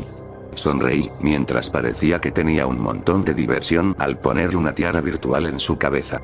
Sin embargo, al mirar las fotos, hacia la mitad, había fotos de un cuarto con nada más que una cama en el interior. Debe haber estado esquivando a la cámara por el placer de hacerlo, supongo. Después de eso me sentí que había visto suficiente con ese programa, y que también podría ir a ver a los otros 2 archivos en la computadora portátil. Decidí ir al símbolo del sistema para ver si podía localizar cualquier otro archivo en el disco duro. Yo simplemente tengo línea sin letra de unidad. Bueno, esto es muy extraño, pensé. He escrito en la caja de comando Start C, para ver si podía abrir el directorio que quería explorar. He pulsado Enter, y simplemente respondió no se reconoce como un comando interno o externo, programa o archivo por lotes. Después de unos pocos segundos, el programa se congeló, y me llevó de vuelta al escritorio. Así que supongo que la última cosa que podía mirar es los vídeos. Hice doble clic en la carpeta, y la pantalla se desvaneció a negro. Pensé que se había congelado, pero me di cuenta de que había un pequeño parpadeando en la esquina superior izquierda. De repente, el texto Start. Videos 001 WMV brilló brevemente, y luego apareció un video en pantalla completa. Era la chica de nuevo. Esta vez, ella estaba sonriendo, saltando ligeramente de emoción. Su felicidad hizo que mi corazón se sintiera caliente. Mi conjetura es que ella debe haber estado grabándose a sí misma al jugar al juego de vestir con la cámara WoW. Al principio ella estaba simplemente moviendo su dedo por la almohadilla táctil, haciendo clic, a continuación, riendo animadamente durante un rato. Debe haber estado riéndose de las cosas que ella puso en sí misma en el juego. Después de aproximadamente 2 minutos más o menos, la pantalla cambió a negro por una fracción de segundo, y luego volvió a mostrar a la muchacha que juega el juego. Esta vez, sin embargo, estaba vestida de manera diferente, con una sencilla camiseta con las palabras Go Go Girl cosidas en brillo. Supuse que el juego la grababa cada vez que ella lo ponía, sin que ella lo supiera. Eso me hizo sentir incómodo. ¿Por qué alguien programa un juego para hacer eso? Lo que sea, supuse que sería así todo el rato, por lo que bien podría apagar el ordenador ya. Estiré la mano y apreté el botón de encendido, y no cerró esta vez. El video siguió, y vi a la chica esta vez llevando un top naranja con nada en él. Ella estaba sonriendo y riendo como siempre, y pensé que tal vez podría apagar el equipo después de que el video terminara. No podía ser tan largo. El video parecía prolongarse, con más recortes en él, y yo empecé a dormitar. Sin embargo, después del próximo corte en el video, la chica acaba de mirar fijamente a la cámara con una mirada sin expresión en su rostro. Preguntándome qué demonios estaba pasando, presté atención de nuevo. Este no me hizo sonreír. Se me hizo muy incómodo verla sin su cara sonriente habitual. Estaba oscuro en la habitación, pero había algo de luz. Ella parecía estar en plena noche. ¿Qué iba a hacer? Se sentó allí durante un minuto con la expresión en blanco, como si ella no estuviera pensando en absoluto. Empecé a ponerme muy tenso, como si algo terrible fuera a suceder. Se agachó y cogió una sierra de mano desde la parte izquierda de donde estaba sentada. Ella lo sostuvo frente a la cámara. Luego, se colocó la hoja dentada en una mejilla. Me encogí ante lo que estaba viendo. Poco a poco, comenzó a cortar la mejilla derecha. La sangre corría por su cuello mientras lo hacía. Poco a poco, el lado de los dientes comenzó a mostrarse después de unos 10 segundos. La sangre cubría casi todo el lado derecho de su cara. Con el tiempo se llegó a la parte inferior de su mandíbula, y cortó un pedacito fuera de ella también. Su mejilla cayó al suelo con un ruido sordo pequeña, y ella puso la sierra en su regazo y siguió mirando a la cámara, sin emociones. Yo no podía aguantar mucho más de esto y rompí la batería de la computadora portátil, pero el video seguía. Entonces, el próximo corte comenzó. La niña gritaba de dolor extremo. Casi me caigo de mi asiento. Ella gritó y se puso las manos sobre su mejilla ahora ausente. Ella seguía gritando en agonía durante unos 10 segundos, y luego unos golpes se escucharon. Era una mujer, gritando en un idioma que no pude entender. Ella estaba golpeando una puerta, pero no la abría. La chica debe haber cerrado con llave. Traté de desenchufar el monitor de la computadora portátil, pero no funcionó. Los gritos y los gritos continuaron hasta el próximo corte. Ella estaba de vuelta en su estado sin emociones de nuevo, pero la mejilla todavía faltaba. La mujer en la puerta estaba golpeando y gritando todavía. Debe haber sido su madre. La chica entonces levantó la sierra hasta su hombro derecho, y comenzó a cortar la misma lentitud que la última vez. Me atraganté al ver esto. La sangre comenzó a fluir en todas direcciones. Los gritos detrás de la puerta se quedaron en silencio. Supuse que la otra mujer estaba tratando de conseguir que alguien la ayudara, ya sea el padre o el hermano. Cuando ella golpeó el hueso, un chirrido espantoso se podía oír. Me tapé los oídos, pero todavía podía escuchar claramente a través de mis manos. Me di cuenta de que una parte de su músculo se quedó atascado en uno de los dientes de acero de la sierra. Este corte terminó mucho más rápido que antes, y el siguiente corte es igual, excepto que el color de su cara estaba más pálido, y su dolor se convirtió rápidamente en gritos más débiles. Su ropa estaba completamente roja. Luego, se convirtió en emoción de nuevo. Oh, Dios, ¿qué está pasando con el siguiente corte? La madre volvió con lo que sonaba como otras dos personas, y todas gritaban en el mismo idioma que antes. Levantó la sierra y empezó a cortar el lado derecho de su cabeza. Golpes fuertes sonaban en la puerta. Ellos estaban tratando de derribarla. Ella continuó su trabajo, con la sangre que va en todas direcciones. Los golpes todavía se repetían en la puerta. Con el tiempo se llegó a la parte superior de la boca, donde se cortó a través de los huesos y los dientes. Fue el peor sonido único que he oído en toda mi vida. Todavía lo oigo en la parte de atrás de mi cabeza algunos días. Los golpes continuaron, y yo esperaba que fueran capaz de derribar la puerta para que no tuviera que ver un espectáculo tan horrible. Ella seguía con la sierra, y con eso, el lado derecho de su cabeza cayó a un lado de su cuello, que tuvo lugar en solo un pedazo de piel. Recuerdo el sonido escalofriante de su mandíbula al desencajarse cuando tiró violentamente por la fuerza de la parte superior de la cabeza. Luego puso la motosierra en el suelo a su lado. El corte terminó, y en el siguiente corte, ella simplemente se cayó boca abajo sobre la mesa. La mitad de su cerebro cayó sobre el escritorio con el impacto, y su ojo salió de su zócalo. La sangre se acumulaba en el escritorio. Las personas que tratan de derribar la puerta, finalmente lo hicieron, y ellos estaban histéricos ante lo que vieron. Su hija estaba en pedazos. La madre vomitó y salió corriendo de la habitación. El padre corrió a por la hija y gritó, sosteniendo su cabeza a un lado de la suya. El otro hombre, probablemente el hermano mayor de la niña, se limitó a mirar con horror ante lo que vio.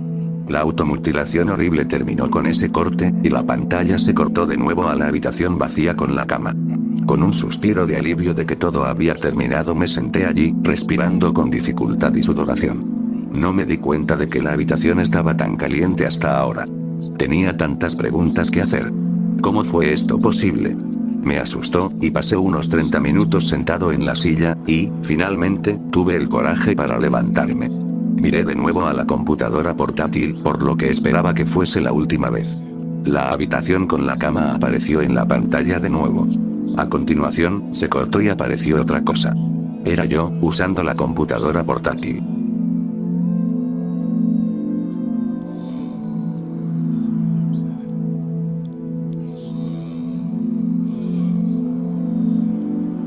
No hay mayor maldición que la posesión de un demonio, ni mayor honor que la visita de un ángel.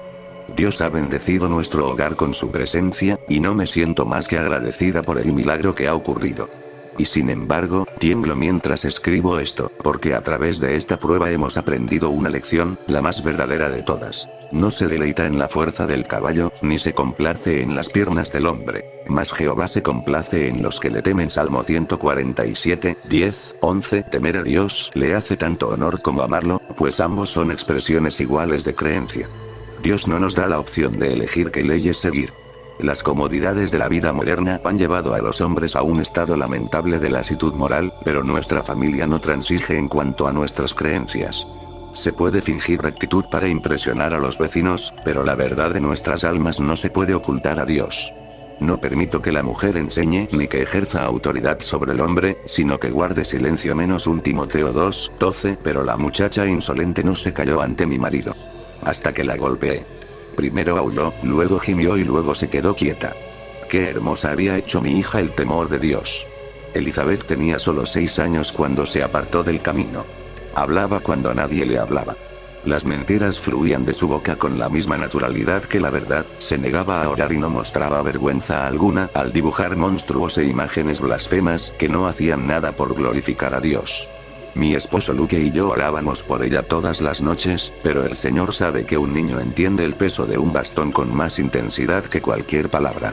La necedad está ligada al corazón del muchacho, mas la vara de la corrección la alejará de él. Proverbios 22:15. Sus vestidos de cuello alto ocultaban las marcas, y durante un tiempo Elizabeth demostró el suficiente respeto por sus padres como para no hablar en contra de nosotros. Debería haber escuchado a Luke y no haberla enviado a esa escuela pública donde su mente podría verse aún más contaminada por los infieles. Su crianza fue impecable, así que no hay otra forma de explicar la inmundicia que comenzó a salir de su boca. No quiero ir, dijo el domingo por la mañana mientras la vestía para ir a la iglesia. Lo odio. Odio a Dios. Dios te ama, intenté explicarle, pero ella no me escuchó. No, no me odia. Dios también me odia. ¿Por qué dices algo así? Pregunté. Porque él te hizo mi mamá. Ese día no fuimos a la iglesia. Después de que Luke escuchó lo que ella dijo, ella no estaba en condiciones de ir a ninguna parte. El Señor sabe que lloré tanto como Elizabeth. No podía seguir así, me dije.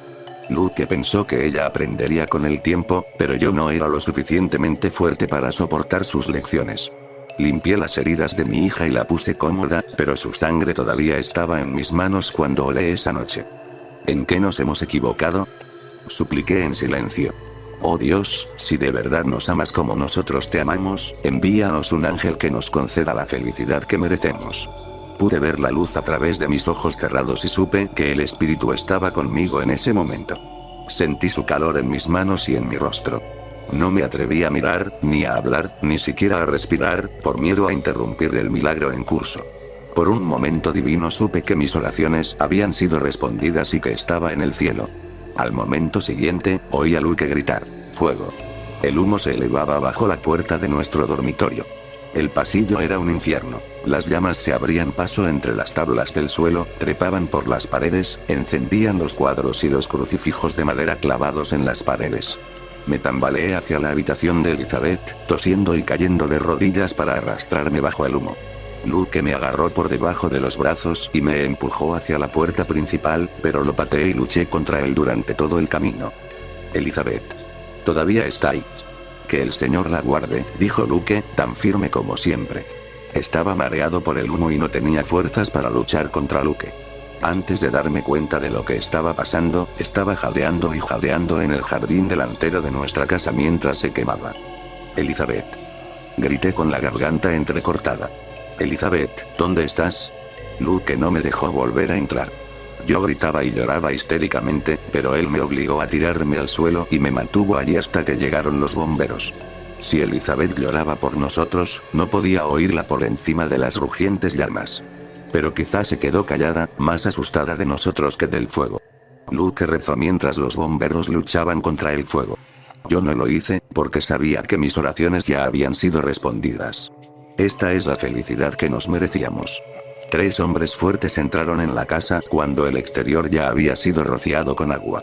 Eran veteranos con todo el equipo, máscaras y tanques de oxígeno. Elizabeth no tenía nada y, a pesar de lo dolorida que estaba por los castigos, no sé si hubiera podido escapar de esa casa incluso sin el fuego. 3 hombres salieron de la casa con los brazos vacíos. Elizabeth estaba descalza y caminaba sin ayuda entre ellos. Su rostro estaba limpio, sin marcas de hollín, su respiración era lenta y regular. Su piel era completamente blanca, sin marcas de heridas o quemaduras. Un milagro, había dicho Luke. Un milagro, se apresuraron a reconocer los bomberos. Una maldición, no tuve el valor de responder. Todos nos quedamos en un hotel esa noche. Luke estaba tan exhausto por la terrible experiencia que durmió profundamente, pero yo no pude evitar quedarme despierto y escuchar a Elizabeth susurrando para sí misma. Estaba traumatizada, decía mi razonamiento. Estaba tratando de procesar lo que había sucedido y necesitaba que la abrazara y le dijera que todo iba a estar bien. Casi me levanté una docena de veces durante la noche para consolarla, pero cada vez mis músculos se bloqueaban por un instinto sin nombre tan antiguo como el miedo mismo que me rogaba que no me acercara a la chica que murmuraba. Elizabeth es una buena chica. Una buena chica, la oí susurrar. Elizabeth no los castigará. Fingí estar dormida, intentando imitar la respiración profunda de mi marido. Sin embargo, no podía respirar lo suficiente y mis jadeos involuntarios debieron de delatarme, porque Elizabeth a veces se sentaba rígidamente erguida para mirarme en la oscuridad. La observaba con los ojos entrecerrados, sin atreverme a moverme. Elizabeth también rezaba, ¿sabes? La chica obviamente me estaba hablando a mí, pero lo único que pude hacer fue quedarme allí tumbada y seguir respirando. ¿Sabes por qué rezaba? Apreté los ojos con fuerza. Me sentía tan entumecido que bien podría estar muerto. No oí nada más, pero estaba demasiado asustado para mirar. Un minuto después, el silencio se hizo demasiado fuerte y, cuando abrí los ojos de nuevo, la chica estaba de pie junto a mi cama. Me incorporé de golpe, enredando las sábanas sin remedio por la sorpresa. Luke se despertó sobresaltado y se agitó en la mesilla de noche hasta que encendió la lámpara. ¿Qué pasa? ¿Qué está pasando? Elizabeth estaba de nuevo en la cama, rígidamente erguida, mirándome fijamente y sonriendo. Forcé una sonrisa a cambio. No pasa nada. Ya estamos todos bien. Duerme un poco, Elizabeth. Luke gruñó y apagó las luces, girando su espalda hacia mí. Buenas noches, señora, dijo Elizabeth. No sé cuántas horas me llevó quedarme dormida después de eso, pero nunca vi a Elizabeth acostada en todo ese tiempo. En los siguientes días, los inspectores de seguros concluyeron que se trataba de un incendio eléctrico, aunque había tan poca información en su informe que a mí me pareció más bien una especulación. Elizabeth no nos ha dado ningún problema desde entonces. Es apacible y obediente en su comportamiento y en sus oraciones.